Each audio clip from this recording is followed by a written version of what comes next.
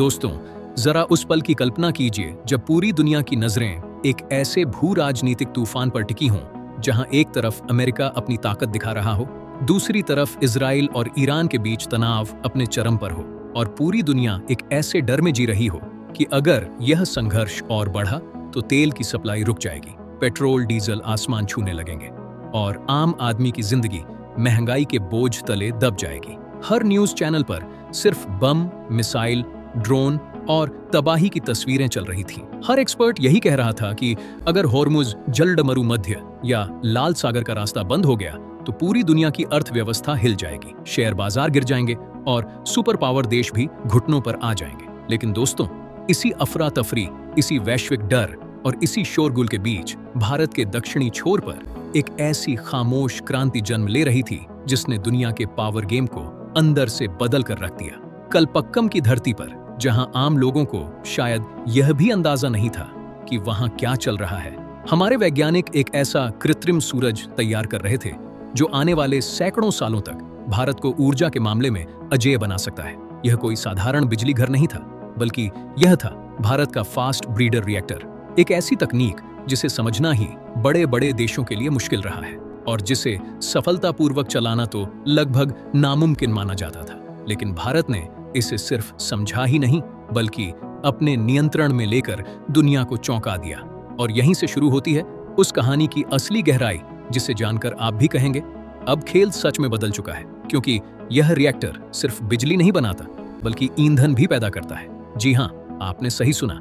जहां आम परमाणु रिएक्टर ईंधन खत्म करते हैं, वहीं यह फास्ट ब्रीडर रिएक्टर इस्तेमाल किए गए ईंधन को और ज्यादा ताकतवर नए ईंधन में बदल देता है। इसे ऐसे समझिए जैसे आपने अपनी गाड़ी में 10 लीटर पेट्रोल डाला और सफर खत्म होने पर टंकी में 12 लीटर पेट्रोल मिल गया। सुनने में यह चमत्कार लगता है, लेकिन भारत ने इसे हकीकत बना दिया है।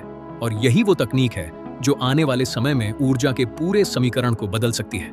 लेकिन दोस्तों, इस सफलता के पीछे जितनी चमक है, उतनी ही गहराई में खतरा भी छिपा है, क्योंकि इस रिएक्टर को ठंडा रखने के लिए पानी नहीं, बल्कि लिक्विड सोडियम का इस्तेमाल होता है, एक ऐसा धातु जो हवा या पानी के संपर्क में आते ही विस्फोट कर सकता है। फ्रांस, जापान और अमेरिका जैसे देश इस तकनीक पर काम कर चुके हैं, लेकिन खतरे के कारण पीछे हट गए। लेकिन भारत के वैज्ञानिकों ने इस चुनौती को स्वीकार किया, इसे समझा, इसे नियंत्रित किया और हजारों पाइपों और जटिल सिस्टम के जरिए इसे सुरक्षित तरीके से चलाने का समाधान निकाला। और यही वो पल था जब दुनिया को समझ आ गया कि भारत अब सिर्फ एक उभरती ताकत नहीं, बल्कि तकनीकी महारत हासिल कर चुका देश है। और दोस्तों, इस पूरी कहानी की जड़ में छिपा है भारत का वो खजाना जिसके बारे में दुनिया कम ही बात करती है, थोरियम। जहां दुनिया यूरेनियम के पीछे भाग रही है, वहीं भारत के पास थोरियम का सबसे बड़ा भंडार मौजूद है, खासकर केरल और तमिलनाडु के तटीय इलाकों में। लेकिन समस्या यह थी कि थोरियम को सीधे इस्तेमाल नहीं किया जा सकता, उसे पहले एक खास प्रक्रिया से गुजारना पड़ता है। और यही काम करता है यह फास्ट ब्रीडर रिएक्टर। यह उस मास्टर चाबी की तरह है जो थोरियम के इस खजाने का ताला खोलती है। और यही वो सपना था जिसे होमी जहांगीर भाभा ने दशकों पहले देखा था, भारत का 3 चरणों वाला परमाणु कार्यक्रम, जिसका दूसरा और सबसे कठिन चरण यही फास्ट ब्रीडर तकनीक है। और आज जब यह हकीकत बन चुका है, तो इसका मतलब साफ है, भारत अब ऊर्जा के लिए किसी पर निर्भर नहीं रहेगा, ना अरब देशों के तेल पर, ना रूस की गैस पर और ना ही पश्चिमी देशों की तकनीक पर। और दोस्तों, यही बात सबसे ज्यादा चुभ रही है उन देशों को जो हमेशा चाहते थे कि भारत उनके सामने झुका रहे। इतिहास गवाह है कि जब 1974 में भारत ने पोखरण परमाणु परीक्षण 1974 किया था, तब पश्चिमी देशों ने हम पर प्रतिबंधों की बौछार कर दी थी। हमें तकनीकी रूप से अलग थलग करने की कोशिश की गई, लेकिन उन प्रतिबंधों ने भारत को रोका नहीं, बल्कि और मजबूत बनाया। हमारे वैज्ञानिकों ने बंद लैब में रहकर वो कर दिखाया जो दुनिया खुलकर भी नहीं कर पाई। और आज कलपक्कम का यह रिएक्टर उसी तपस्या का परिणाम है, पूरी तरह से स्वदेशी, पूरी तरह से भारतीय दिमाग और मेहनत का नतीजा। और अब सवाल उठता है, इसका असर आम आदमी पर क्या होगा? क्या सच में 400 साल फ्री बिजली संभव है? तो दोस्तों, इसका मतलब यह नहीं कि आपके घर का बिल अचानक 0 हो जाएगा, बल्कि इसका मतलब है कि भारत के पास इतना स्थिर और सस्ता ऊर्जा स्रोत होगा कि आने वाली पीढ़ियों तक बिजली की कमी नहीं होगी, उद्योगों को सस्ती बिजली मिलेगी, उत्पादन लागत घटेगी, नौकरियां बढ़ेंगी और भारत एक मैन्युफैक्चरिंग सुपर पावर बन सकता है। जहां आज चीन दुनिया की फैक्ट्री बना बैठा है, वहीं कल भारत उससे आगे निकल सकता है। और सबसे बड़ी बात, यह ऊर्जा साफ होगी। इसमें कोयले जैसा प्रदूषण नहीं होगा, ना कार्बन उत्सर्जन, मतलब आर्थिक विकास और पर्यावरण संरक्षण दोनों साथ साथ। और दोस्तों, यही वो कारण है कि आज दुनिया भारत को सिर्फ एक बाजार के रूप में नहीं, बल्कि एक भविष्य की ऊर्जा महाशक्ति के रूप में देख रही है।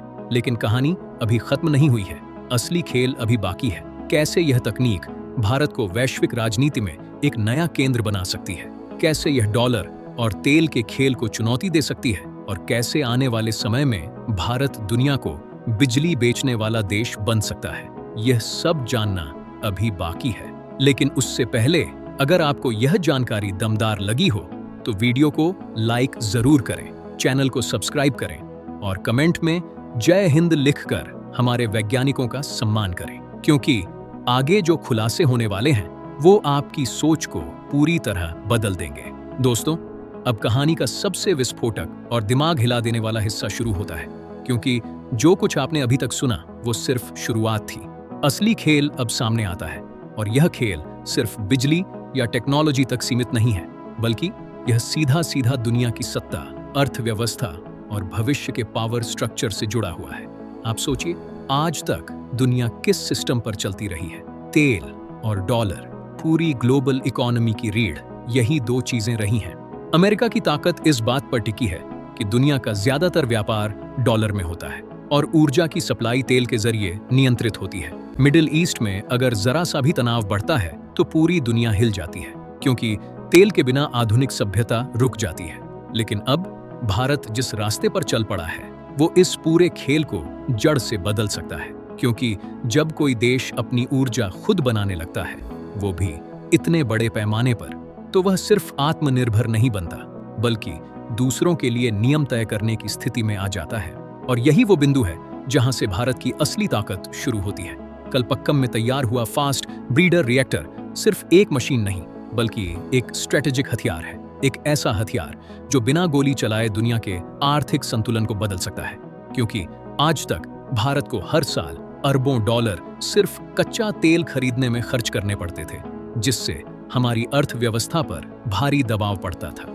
लेकिन जैसे जैसे थोरियम आधारित ऊर्जा सिस्टम विकसित होगा, यह खर्च धीरे धीरे कम होता जाएगा और एक समय ऐसा आएगा जब भारत ऊर्जा के मामले में पूरी तरह आत्मनिर्भर हो जाएगा। इसका मतलब होगा विदेशी दबाव खत्म, आर्थिक मजबूरी खत्म और निर्णय लेने की पूरी आजादी।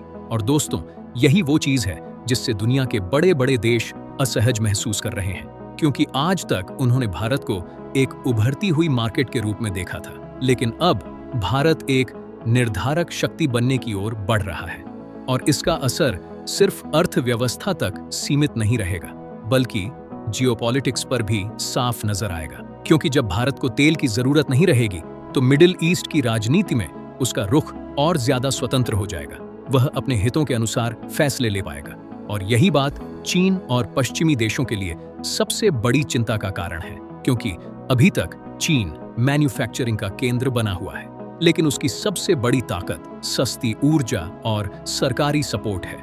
अगर भारत उससे भी सस्ती और स्थिर ऊर्जा देने लगेगा, तो बड़ी बड़ी कंपनियां अपने प्लांट चीन से हटाकर भारत में शिफ्ट करना शुरू कर देंगी, जिससे भारत में रोजगार का विस्फोट होगा, नए इंडस्ट्रियल हब बनेंगे और देश की जीडीपी रॉकेट की तरह ऊपर जाएगी। और दोस्तों, यह सिर्फ एक संभावना नहीं, बल्कि एक स्पष्ट दिशा है जिसमें भारत तेजी से आगे बढ़ रहा है। अब जरा सोचिए, इसका असर आम आदमी पर क्या होगा। आज आप बिजली के बिल से परेशान होते हैं, कटौती से जूझते हैं, महंगे पेट्रोल डीजल के कारण हर चीज महंगी हो जाती है। लेकिन जब देश के पास सस्ती और असीमित ऊर्जा होगी, तो ये सारी समस्याएं धीरे धीरे खत्म हो जाएंगी। किसानों को 24 घंटे बिजली मिलेगी, उद्योगों को स्थिर सप्लाई मिलेगी और आम आदमी की जेब पर बोझ कम होगा। यह वही बदलाव है जो किसी देश को डेवलपिंग से डेवलप्ड बनाता है।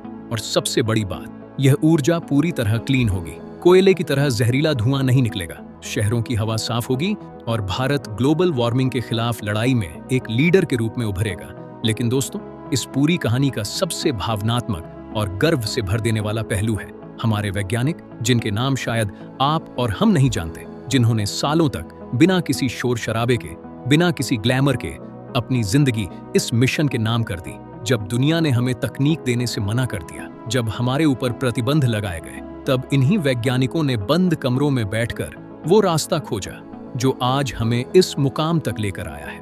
और यही असली आत्मनिर्भरता है, जब आप किसी पर निर्भर नहीं रहते बल्कि खुद अपने लिए रास्ता बनाते हैं। और दोस्तों, यह तो सिर्फ शुरुआत है। कल्पक्कम का यह रिएक्टर एक ट्रेलर है। आने वाले समय में जब भारत इस तकनीक को बड़े पैमाने पर लागू करेगा, जब देश के अलग अलग हिस्सों में ऐसे कई रिएक्टर बनेंगे, तब भारत सिर्फ अपनी जरूरत पूरी नहीं करेगा बल्कि दुनिया को ऊर्जा एक्सपोर्ट करने वाला देश बन सकता है।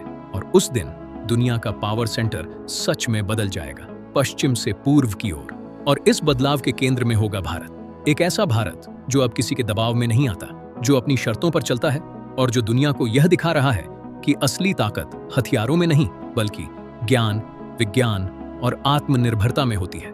तो दोस्तों, अगर आपको लगता है कि भारत की यह कहानी हर देशभक्त तक पहुंचनी चाहिए, तो इस वीडियो को ज्यादा से ज्यादा शेयर करें, चैनल को सब्सक्राइब करें और कमेंट में भारत ऊर्जा महाशक्ति बन रहा है जरूर लिखें, क्योंकि यह सिर्फ एक खबर नहीं बल्कि इतिहास का वो पल है जिसे आने वाली पीढ़ियां याद रखेंगी।